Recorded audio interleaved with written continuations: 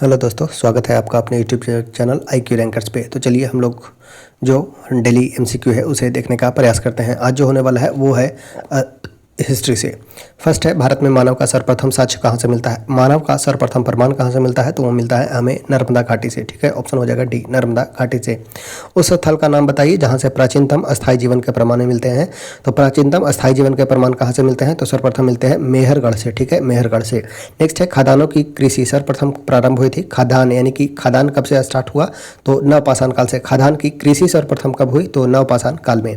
Next है, मानव द्वारा सर्वप्रथम प्रयुक्त अनाज कौन सा था। तो मानव ने सर्वप्रथम किस अनाज को प्रयुक्त किया था, तो वो था जौ। ठीक है, मानव द्वारा सर्वप्रथम प्रयुक्त अनाज कौन सा था, तो वो था जौ।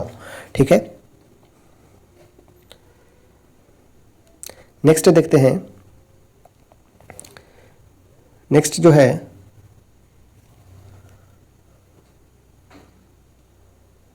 देखते हैं, नेक्स्ट है वेट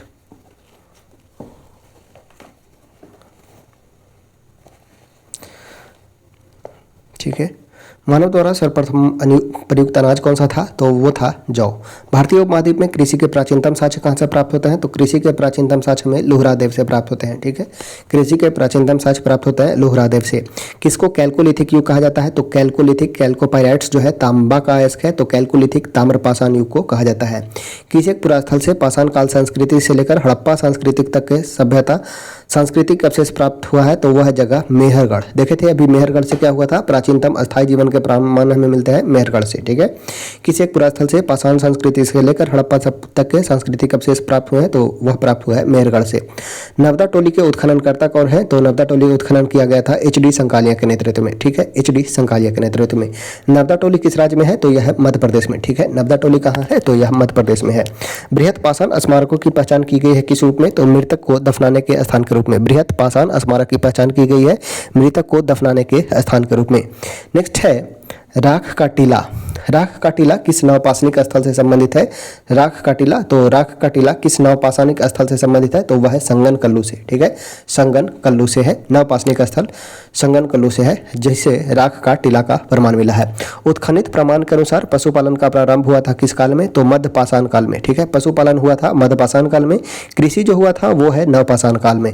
मध्यपाषाणिक प्रसंग में पशुपालन के प्रमाण कहाँ से मिलते हैं, तो पशुपालन का प्रमाण हमें मिलता है आदमगढ़ से। ठीक है, पशुपालन का हमें प्रमाण मिलता है आदमगढ़ से। किस स्थल से हड्डी के उपकरण मिले हैं, तो हड्डी के उपकरण मिले हैं सराय नाहर राय से। ठीक है, सराय नाहर राय से। गैरिक मृदभांड पात्र OCP का नामांकन हुआ था कहाँ, तो OCP का नामांकन हुआ था हस्तिनापुर में। ठीक है, हस्तिनापुर में। ताम्रपाषाण काल में महाराष्ट्र के लोग मृतकों को घर के फर्श के नीचे किस तरह रखकर दफनाते थे, तो उत्तर से दक्षिण की ओर, उत्तर से दक्षिण की ओर। नेक्स्ट है, निम्नलिखित में से किस स्थान पर मानव के साथ कुत्ते को दफनाने जाने का प्रमाण मिला है, तो वह जम्मू कश्मीर का बुरझोम शहर। ठीक है, बुरझोम से, यहाँ से गर्तावास का भी प्रमाण मिला है। नेक्स्ट है, संदर्भ सभ्यता एवं संस्कृति। हड़प्पा निम्नलिखित में से किस सभ्यता से संबंधित है, तो हड़प्पा है सिंधु घाटी सभ्यता से संबंधित स्थल, सिंधु घाटी सभ्यता से। सिंधु सभ्यता कैसी है, तो यह एक आद्य ऐतिहासिक युग से है सिंधु घाटी सभ्यता। सिंधु घाटी सभ्यता आद्य ऐतिहासिक है, कांस्ययुगीन सभ्यता है। सिंधु घाटी सभ्यता एक गैर आर्य सभ्यता थी। सिंधु घाटी सभ्यता गैर आर्य सभ्यता क्यों थी, क्योंकि वह एक नगरीय सभ्यता थी। वही अगर बात किया जाए आर्य सभ्यता का, तो वह एक नगरीय नहीं बल्कि ग्रामीण सभ्यता था। सिंधु घाटी सभ्यता को आर्य से पूर्व रखे जाने की महत्वपूर्ण कारक क्या है, तो वह है मृदभांड का पाया जाना। मृदभांड का पाया जाना, सिंधु घाटी सभ्यता को आर्य से पूर्व रखे जाने का महत्वपूर्ण कारण है वहाँ का पाया जाने वाला मृदभांड। नेक्स्ट है, सिंधु घाटी सांस्कृतिक वैदिक सभ्यता से भिन्न थी। सिंधु घाटी सांस्कृतिक वैदिक सभ्यता से किस प्रकार भिन्न थी, क्योंकि इसके पास, सिंधु घाटी सभ्यता के पास विकसित शहरी जीवन की सुविधाएं थी, चित्रलेखीय लिपि थी, इसके पास लोहे और रक्षा शास्त्रों का ज्ञान का अभाव था। नेक्स्ट है, हड़प्पा संस्कृति की जानकारी का प्रमुख स्रोत क्या है, तो वो है पुरातात्विक खुदाई। ठीक है, हड़प्पा संस्कृति की जानकारी का प्रमुख स्रोत क्या है, तो अगर बात किया जाए स्रोत का, तो प्रमुख स्रोत है वो है पुरातात्विक खुदाई। नेक्स्ट है, भारत में चांदी की उपलब्धता के प्राचीनतम साक्ष्य कहाँ से मिले हैं, तो वह मिलता है हमें हड़प्पा सभ्यता से। ठीक है, भारत में चांदी की उपलब्धता के प्राचीनतम साक्ष्य कहाँ से मिलते हैं, तो वह मिलता है हड़प्पा सांस्कृतिक से। हड़प्पा में मिट्टी के बर्तनों पर सामान्यतः किस रंग का उपयोग होता था, तो वह था लाल रंग। हड़प्पा में मिट्टी के बर्तन पर सामान्यतः किस रंग का उपयोग होता था, तो वह था लाल रंग। मूर्ति पूजा का आरंभ कब से माना जाता है, तो मूर्ति पूजा पूर्व आर्य से माना जाता है। ठीक है, मूर्ति पूजा का आरंभ माना जाता है पूर्व आर्य से। नेक्स्ट है, निम्नलिखित पशुओं में से किस एक का हड़प्पा सभ्यता में पाई मोहरों और टेराकोटा कलाकृति में निरूपण नहीं हुआ है, तो वो था गाय का। एक जुते हुए खेत का खोज कहाँ की गई है, तो जुता हुआ खेत का खोज की गई है कालीबंगा में।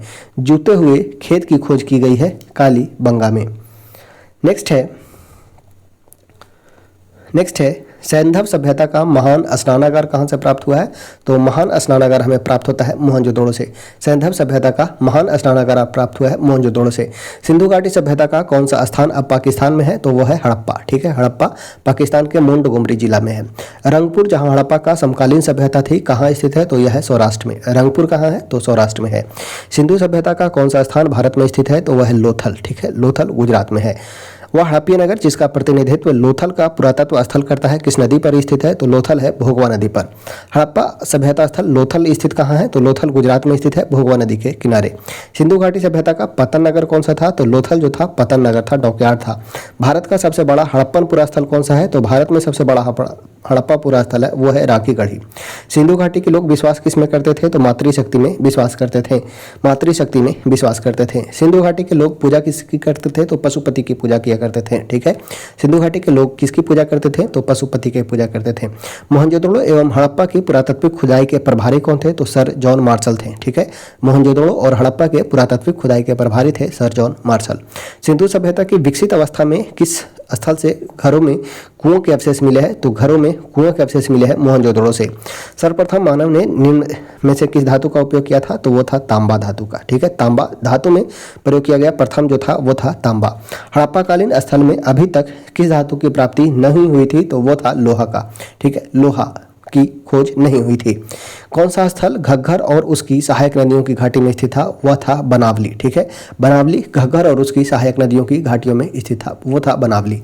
धौलावीरा कहाँ है, तो धौलावीरा है गुजरात में। ठीक है, लोथल धौलावीरा गुजरात में है। हड़प्पा संस्कृति के संदर्भ में शैलकृत स्थापत्य के प्रमाण कहाँ से मिले हैं, चट्टान के। शैलकृत स्थापत्य कहाँ से मिला है, तो वो मिला है धौलावीरा से। एक उन्नत जल प्रबंधन व्यवस्था मिला है कहाँ से, तो उन्नत जल प्रबंधन व्यवस्था मिला है धौलावीरा से।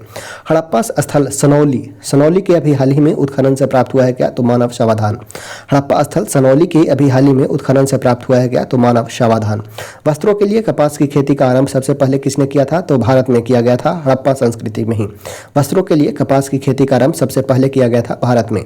निम्न स्थानों में से किसी एक स्थान पर सिंधु घाटी सभ्यता से संबंध विख्यात वृषभ मुद्रा प्राप्ति हुई है, तो वृषभ मुद्रा प्राप्त हुआ है मोहनजोदड़ो से। ठीक है, मोहनजोदड़ो से। किस पशु का अंकन हड़प्पा संस्कृति की मुहर पर नहीं मिलता है, किस पशु का अंकन हड़प्पा संस्कृति की मुहर पर नहीं मिलता है, तो बैल, हाथी को भेड़ का मिलता है, घोड़ा का नहीं मिलता है। किस पशु का अंकन हड़प्पा संस्कृति के मुहर पर नहीं मिला है, तो घोड़ा का अंकन नहीं मिला था। नेक्स्ट है किस पशु के अवशेष सिंधु घाटी सभ्यता से प्राप्त नहीं हुए हैं। किस पशु के अवशेष सिंधु घाटी सभ्यता से प्राप्त नहीं हुए हैं, तो शेर का अवशेष प्राप्त नहीं हुआ है। मृण पट्टिका पर उत्कीर्ण सिंह युक्त देवता की कृति प्राप्त हुई है कहाँ से, तो कालीबंगा से। ठीक है, मृण पट्टिका पर उत्कीर्ण सिंह युक्त देवता की कृति कहाँ से प्राप्त हुई है, तो कालीबंगा से। निम्नलिखित में से कौन सी सभ्यता नील नदी के तट पर पनपी है, तो वह है मिस्र की सभ्यता। ठीक है, नील नदी के तट पर पनपी है कौन सी सभ्यता, तो मिस्र की सभ्यता। लेखांकन कला की उचित प्रणाली विकसित करने वाली सर्वप्रथम प्राचीन सभ्यता कौन थी, तो वह था सुमेरिया का सभ्यता। लेखन कला की उचित प्रणाली विकसित करने वाली सर्वप्रथम प्राचीन सभ्यता कौन थी, वह था सुमेरिया की सभ्यता। नेक्स्ट है आर्ज शब्द इंगित क्या करता है, तो आर्ज का मतलब होता है श्रेष्ठ जाति। ठीक है, आर्ज मतलब श्रेष्ठ जाति। क्लासिकी संस्कृति में आर्ज शब्द का क्या अर्थ है, तो आर्ज का मतलब है एक उत्तम व्यक्ति। वेद का बात किया जाए सबसे पुराना वेद कौन सा है, तो वह है ऋग्वेद। ऋग्वेद सबसे पुराना वेद है।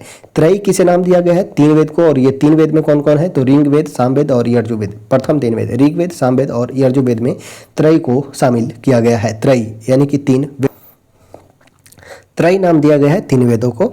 नेक्स्ट है निम्नलिखित चार वेदों में से किस एक में जादुई माया और वशीकरण का वर्णन है। जादुई माया और वशीकरण का विवरण हमें किस वेद में मिलता है, तो वो है अथर्ववेद। ऋग्वेद में ऋचाएं की संख्या कितनी है, तो ऋचा की संख्या है 1028। ठीक है, ऋग्वेद में 1028 ऋचा है। 10 मंडल है 10,462 सूक्त हैं। ठीक है, 10 मंडल 10,462 सूक्त और 1028 ऋचा। ऋग्वेद का कौन सा मंडल पूर्णतः देवता सोम को समर्पित है, तो वह है 9वां मंडल। ठीक है, ऋग्वेद का कौन सा मंडल पूर्णतः सोम को समर्पित है, तो वह है 9वां मंडल। नेक्स्ट है यज्ञ संबंधी विधि विधान का पता हमें किस वेद से चलता है तो वह चलता है यजुर्वेद से। यज्ञ संबंधी विधि विधान का पता हमें चलता है यजुर्वेद से। किसका संकलन ऋग्वेद पर आधारित है तो वह है सामवेद का। ठीक है, सामवेद का संकलन ऋग्वेद पर आधारित है, वो है सामवेद। भारत के किस स्थल की खुदाई से लौह धातु के प्रचलन का प्राचीनतम प्रमाण मिला है तो वह है अतरंजी खेड़ा नामक जगह। ठीक है, भारत के किस स्थल से खुदाई से लौह धातु के प्रचलन के प्राचीनतम प्रमाण मिले हैं तो वह मिलता है अतरंजी खेड़ा से। उपनिषद पुस्तक है किस पर तो दर्शन पर आधारित पुस्तक है उपनिषद। ठीक है, उपनिषद पुस्तकें हैं दर्शन पर आधारित। किस एक वैदिक साहित्य में मोक्ष की चर्चा मिला है तो उपनिषद में हमें मोक्ष की चर्चा मिलती है। ठीक है, किस एक वैदिक साहित्य में मोक्ष की चर्चा मिलती है तो उपनिषदों में। अध्यात्म ज्ञान के विषय में नचिकेता और यम का संवाद किस उपनिषद से प्राप्त होता है तो नचिकेता और यम का उपनिषद का संवाद हमें प्राप्त होता है कठोपनिषद से। ठीक है, कठोपनिषद से। नेक्स्ट है, उपनिषद काल में राजा अश्वपति शासक थे कहाँ के। उपनिषद काल में राजा अश्वपति कहाँ के शासक थे तो ये थे केकई के। ठीक है, केकई के। आरंभिक वैदिक साहित्य में सर्वाधिक वर्णित नदी कौन सी है तो सर्वाधिक वर्णित नदी है वो है सिंधु नदी। सबसे पवित्र नदी सरस्वती नदी को माना गया है। गंगा का एक बार वर्णन मिलता है, यमुना का 2 बार वर्णन देखने को मिलता है। सबसे पवित्र नदी है वो है सरस्वती नदी और सबसे अधिक बार वर्णन किया गया है वो है सिंधु नदी का। वैदिक नदी आस्किन की पहचान निम्नलिखित नदियों में से एक के साथ की गई है तो आस्किन कहा गया है चिनाब नदी को। ठीक है, आस्किन की पहचान किस नदी के साथ की गई है तो चिनाब नदी के रूप में। ऋग्वैदिक में निम्नांकित किन नदियों का उल्लेख अफगानिस्तान के साथ आर्यों के संबंध का सूचक है तो वह कुब्रा यानी कि कोमल नदी के कुब्भा को। वैदिक नदी कुबा का स्थान कहाँ निर्धारित होना है तो वह है अफगानिस्तान में। वैदिक नदी कुबा का स्थान कहाँ निर्धारित होना है तो अफगानिस्तान में। कौन सा वह ब्रह्मवाहिनी थी जिसने कुछ वेद मंत्रों की रचना की थी। ब्रह्मवाहिनी जिन्होंने कुछ वेद मंत्रों की रचना की थी वे कौन थी तो वो थी लोपामुद्रा। ठीक है, लोपामुद्रा। ऋग्वैदिक काल में निष्क शब्द का प्रयोग एक आभूषण के लिए होता था। ठीक है, निष्क का मतलब होता था आभूषण ऋग्वैदिक समय में, परंतु परवर्ती काल में इसका प्रयोग किस अर्थ में हुआ था तो निष्क का प्रयोग सिक्का के लिए किया जाने लगा। बाद के समय में निष्क का मतलब होता था सिक्का। ऋग्वैदिक काल में निष्क किस अंग का आभूषण था तो वह था गला का। ठीक है, निष्क जो था आभूषण वो गला का आभूषण था ऋग्वैदिक समय में। बाद में जो निष्क शब्द का प्रयोग सिक्का के लिए किया जाने लगा। प्राचीन भारत में निशाका से जाने जाते थे स्वर्णाभूषण को निशाका कहा गया। निम्नलिखित अभिलेखों में से वह कौन सा ईरान से भारत में आर्यों के आने की सूचना देता है। ईरान से भारत में आर्य के आने की सूचना कौन सा अभिलेख देता है तो वह है बोगाज कोई अभिलेख। बोगज कोई अभिलेख। जिस ग्रंथ में पुरुष मेघ का उल्लेख हुआ है वह कौन सा ग्रंथ है तो वह है शतपथ ब्राह्मण। जिस ग्रंथ में पुरुष मेघ का उल्लेख हुआ है वह है शतपथ ब्राह्मण। नेक्स्ट है, उत्तर वैदिक काल में निम्नलिखित में से किनको आर्य संस्कृति का धूर समझा जाता था तो अंग एवं मगध को। आर्य संस्कृति का धूर समझा जाता था अंग एवं मगध को। नेक्स्ट है, गोत्र शब्द का प्रयोग सर्वप्रथम कहाँ मिलता है तो गोत्र शब्द का सर्वप्रथम प्रयोग हमें ऋग्वेद में देखने को मिलता है। ठीक है, गोत्र शब्द का सर्वप्रथम प्रयोग हमें ऋग्वेद में देखने को मिलता है। पूर्व वैदिक आर्यों का धर्म प्रमुख कौन था तो वह था प्राकृतिक पूजा और यज्ञ। पूर्व वैदिक आर्यों का धर्म प्रमुख क्या था तो प्राकृतिक पूजा और यज्ञ था। ऋग्वैदिक काल में जनता निम्न में से मुख्यतः किसमें विश्वास करती थी तो जनता मुख्य रूप से बलि एवं कर्मकांड में विश्वास करती थी। ठीक है, ऋग्वैदिक समय में जनता मुख्य रूप से बलि एवं कर्मकांड में विश्वास करते थे। नेक्स्ट है, प्रसिद्ध दशराग का युद्ध किस नदी के तट पर लड़ा गया था तो यह लड़ा गया था परुष्णी नदी के तट पर। दशराग युद्ध का चर्चा, दशराग युद्ध किस नदी के तट पर लड़ा गया था तो वह था परुष्णी नदी। नेक्स्ट है, निम्नलिखित में से किस नदी को ऋग्वेद में मातेत्मा, देवात्मा एवं नदी आत्मा की संज्ञा दी गई है। मातेत्मा, देवी आत्मा और नदीत्मा की संज्ञा किस नदी को दिया गया है तो वह है सरस्वती नदी। उस जनजाति का नाम बतलाइए जो ऋग्वैदिक आर्यों के पंचजन से संबंधित नहीं है तो वो है किक्कट। ठीक है, उस जनजाति का नाम बतलाइए जो ऋग्वैदिक आर्यों के पंचजन से संबंधित नहीं है तो वह है किक्कट। प्राचीन काल में आर्यों के जीविका उपार्जन का मुख्य साधन क्या था तो वो था शिकार। आर्य के जीविका उपार्जन का मुख्य साधन क्या था तो वह था शिकार। ऋग्वैदिक काल में उल्लेखित यव शब्द किस कृषि उत्पाद हेतु प्रयुक्त किया गया। यव किसके लिए यूज किया जाता था तो जौ को यव कहा गया है। ठीक है, ऋग्वैदिक काल में उल्लेखित यव शब्द किसका कृषि के उत्पाद हेतु प्रयुक्त किया जाता था तो जौ के लिए। वैदिक युग में प्रचलित लोकप्रिय शासन प्रणाली कैसी थी तो वंश परंपरागत राजतंत्र था।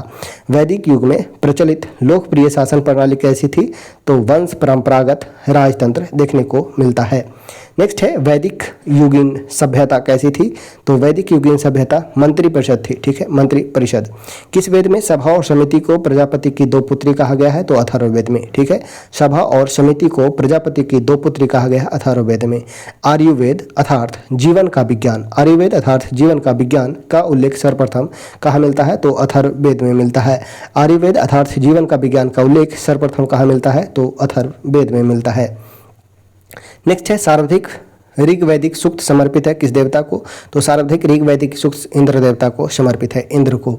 ऋग्वेद में सार्वधिक संख्या में मंत्र संबंधित है किससे, तो अग्नि से। ऋग्वेद में सार्वधिक संख्या में मंत्र संबंधित है अग्नि से। निम्नलिखित में से किसे ऋग्वेद में युद्ध देवता समझा जाता है, तो इंद्र को। किसे ऋग्वेद में युद्ध देवता के रूप में समझा जाता है, तो इंद्र को। निम्नलिखित में से पूर्व वैदिक कार्यों का सर्वाधिक लोकप्रिय देवता कौन था, तो वो था इंद्र, ठीक है। पूर्व वैदिक कार्यों का सर्वाधिक लोकप्रिय देवता कौन सा था, तो वो था इंद्र। गायत्री मंत्र किस पुस्तक में मिलता है, तो ऋग्वेद में हमें गायत्री मंत्र का उल्लेख देखने को मिलता है। गायत्री मंत्र की रचना किसके द्वारा की गई थी, तो विश्वामित्र के द्वारा। पुराण की संख्या कितनी है, तो पुराण की संख्या 18 है। श्रीमद् भागवत गीता मौलिक रूप से किस भाषा में लिखी गई है, तो श्रीमद् भागवत गीता मौलिक रूप से संस्कृत भाषा में लिखी गई है, संस्कृत भाषा में। किस काल में अछूत की अवधारणा स्पष्ट रूप से उद्धृत हुई थी, तो वो था धर्मशास्त्र के समय में, धर्मशास्त्रों के समय में। ऑप्शन जो हो जाएगा वो हो जाएगा डी। आगे देखते हैं जो है फैक्ट वाला क्वेश्चन, देखते हैं। चलिए इसे 100 क्वेश्चन को हिस्ट्री से ही रहने दिया जाता है, यहीं पे इसको समाप्त किया जाता है।